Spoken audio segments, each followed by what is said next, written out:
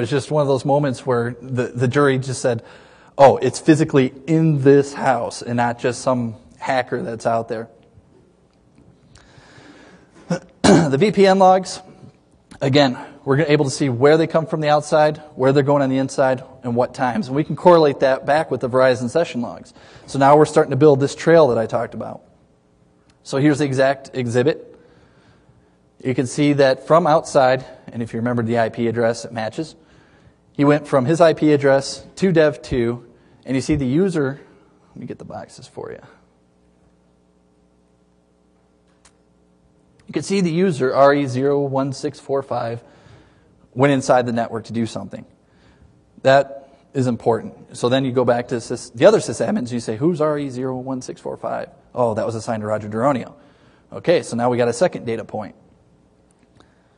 Then we go to the boxes where he used to disseminate the logic bomb. We look at the WTemp logs. Same type of information. Who was it? How long was he on? Where did he come from? And you can see in the WTemp logs here, we got an Duronio. One time he came in from the dev0, 2, and the other time he came in from the VPN gateway. Well, we can tie the VPN gateway right back to the VPN logs. We can tie the VPN logs back to the Verizon session logs, which goes back to a physical address. And you see how this is working here. You can see he successfully logs in once, and then you see him successfully log in again from another computer system. And actually, when he went to different computer systems and kind of converged onto this one, it was a good thing because I had more data points to show that this just wasn't a random thing that happened, that we could show every single point. And one of the last logs is the switch user log. So he came in as Duronio, had to be root in order to do something bad on the network. So we have the time of the switch, what was he when he started, and what was he after he switched. And you can see this is a portion of a SU log. At this particular time, on 11/18 at 3:09, he went from Duronio to root. So you had to walk the jury through the point of he's sitting at his house, data point, data point, data point, all the way into the network, and now he's root. Now he can do something bad to the network. And what I'd have to do is then show a whole host of presentations like this that I'm not going to bore you with. But you had to show it like this, where you say, see these files? These files are bad. These were altered and modified and disseminated during this time. And then with that, you've made the connection from a person in a physical house all the way through to the logic bomb being spread and executed. Okay. So at the end of the day, all this work, looking at the investigation, what happens? I have to come up with conclusions. So when you're an expert witness, what happens is it's different than a fact witness in that you take all this information that you have and you're supposed to make opinions about it. So these are the 4 opinions that, if you haven't guessed by now, that I made during the actual trial. And it was that we examined the data, and when I examined the data, I was able to tell that 2 of Roger Duronio's home computers had the trigger mechanism in question. It would cause the logic bomb to delete all the files on a computer at 9:30 a.m., March 4th, 2002, and at 9:30 a.m. every Monday, March, April, May 2002. So if it didn't get it the first morning, it's going to get you at least within a month or 2. Second conclusion was the logic bomb. So I've been telling you, and hopefully you've been just accepting the logic bomb is a bad thing. Well, I had to take the logic bomb, like I showed you, rip it apart, come up with the logic flow of it, in order to show, yes, this actually does bad things. Even though we call it bad, we're able to prove that it does bad things because, and then we show the flow. So what we did is we looked at the logic bomb. We said it contained the Duronio trigger. It was distributed and intentionally installed on over 1,000 computers nationwide on the UBS network. And then, by analyzing the computers, I was able to see that it was installed on the computers, and on that date and time, it would detonate. And when it detonated, it would delete all the files on the system. And then the fourth, probably the most important conclusion, was all this stuff we said about logic bombs being bad and disseminated in UBS's network. Well, we traced it back to Roger Duronio's usernames and home computer systems. And with that, those were my opinions about what happened. Then, of course, you have another forensic expert for the defense that'll get up and say, no, Mr. Jones is all wrong because of X, Y, and Z. That's a completely different story. So the verdict.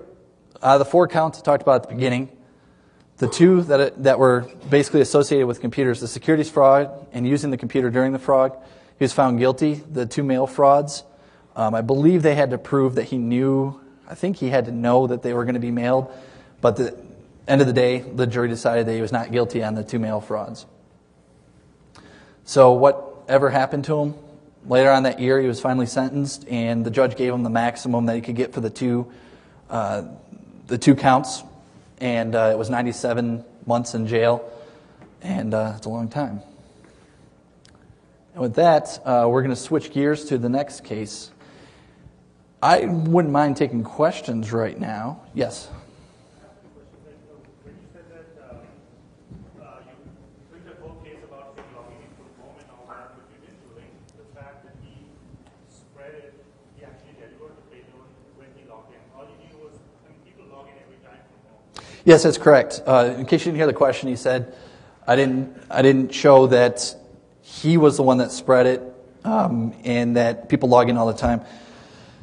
I only have this much time up here, and this was 5 days that I did this.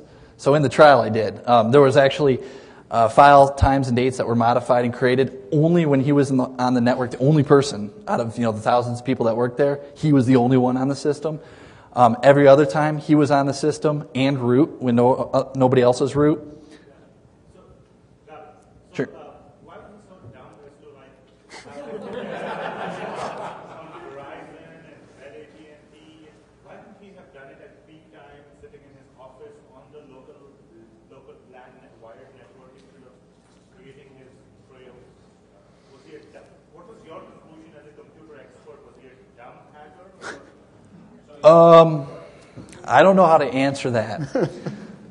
If you didn't hear it, he asked, why was he so dumb as to log in that way? I don't have any explanation why he did it that way, but I could explain that he did do it that way. And that was actually part of the... My question was, do you think he was dumb, or do you think he was crazy? Could he have done it taken care of some very low-hanging fruits, and such as working from his office computer on the LAN? Could he hide himself if he wanted to? He could have made it much more difficult than it actually was. That's correct. I'm not going to put the word dumb anywhere in that sentence. I'm going to this side now. You, sir, blue shirt? Did UBS pay whoever's stock actually decline? No, actually, if the reports are true, I didn't look it up, but what I was told is it actually went up and he lost money. Sir? In your opinion, what was the best argument presented by the defense? You asked it very correctly. In my opinion, they were all over the board. They went from hacking. The big thing was, if anybody read the news on this, the big thing was Mr. Jones at stake touched this before you did. Look at this article. It says that they are hackers. Over and over and over. They would have me read paragraphs out of there. And they would ask me, what is your definition of a hacker? And I would say, it depends on what kind of frame of reference you're asking me on. Are we talking about hackers are bad people? Are we talking about hackers, as the like to play with programs? What do you, it's a very loaded question that you're asking me. So it always went back to they tainted the evidence, and they also went to security vulnerability reports and said anybody out there could do this. So, if you hire me to come in and look at your security, I'm going to make sure that I at least give you a report with something in it, right? So then if you take that and you take it into court, lawyers are going to exaggerate that. Oh, look at this. You can get in and you can take the whole enterprise down. No, sir. What that says is I can see a login prompt. So there was a lot of that going on. And one of the other defenses was everybody was out to frame him. They accused Agent O'Neill of planting fingerprints. They said that I had my mind made up before I went to court, which I kind of hope I would because I wouldn't be in court. And then they had something against everybody, and everybody, it's a big government conspiracy. Government conspiracy was a big thing for them. Now, which one was the best? I don't know, but I would have stuck with one. Sir? Challenge the authentication mechanism because at the end it's only based on that you link the person to the intrusion. They challenge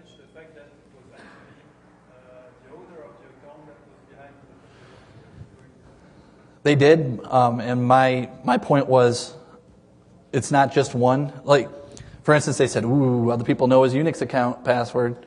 Yeah, but do they come through the VPN, which is a different account, which comes through Verizon, which said it goes back to his house? Right, and when he was in the building, we had the badge code scans to get in through parking garages and that kind of stuff. So there's a lot of other evidence I didn't even know about until I was on the stand. They go, "Mr. Jones, could you look at this?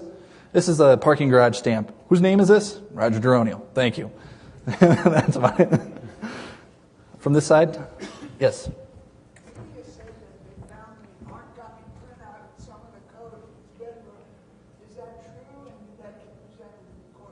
That is true. Actually, one of the copies that I had of the logic bomb was the one that was found on his. It was exactly the same as the one on his computers too. So it was either his nightstand or his dresser. Which.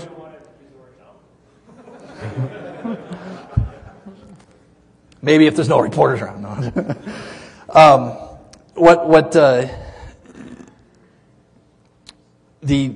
The actual the code that was found. In physical form in his house, I didn't even know about until pretty close to the trial. So when you're an expert, they don't really tell you much. They go, "Here's a bunch of evidence. What do you think about it?" So you go through it and you're like, "Oh, all right." And then you get to the trial, and I found out that he sold stock and did this other stuff. I only saw the computer part of it. And so about the time you guys were learning some of this stuff, so was I. So, somebody hand me something on the stand and go, "What do you think of this, Mr. Jones?" It fits my stuff. Yes. Try to argue in the sense that he was maliciously framed because you can insert malicious entries into the log. Yeah, that they tried to say he was framed by everybody, including the Secret Service. But how did that get dismissed? How did that objection get dismissed? The fact that you had to have the whole government against one guy. That's at least the way I saw it. I mean, it was a closing arguments type of thing for the prosecutor to say, there's not 7 agencies after this guy. Yes. Did the defense get into anything having to do with system time synchronization across all the devices? The question was, did the defense ask any questions about the system time synchronization? I don't recall them asking me any questions on that.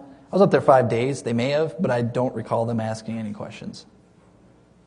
Yes? Did you have any interactions with UBS? And if so, did you encounter any reluctance at all to provide access to their systems or their information? I was allowed to interview them with the prosecutor when I wanted to ask questions like, who has access to this machine? Who's this account belong to? Those type of questions. And they were completely friendly. The amazing thing about UBS was, you think a big company like that, I've worked in big companies, small companies, and you think, I've seen enough of, hey, it's 5 o'clock, I have to go home. And when this happened, these guys worked there for 3 days straight. There were things that they did that made the pain not seem so painful. And I think they did, a great job at what they were faced with, because this happens, everybody's talking about terrorists and cyber terrorists, and nobody knows what's going on, and it ended up just being, one of their own. So they were helpful to me to answer my questions, and it seemed like that they did a great job for the company too. Sir? So Duronial was still an employee during the whole time? He wasn't fired during that time? He was not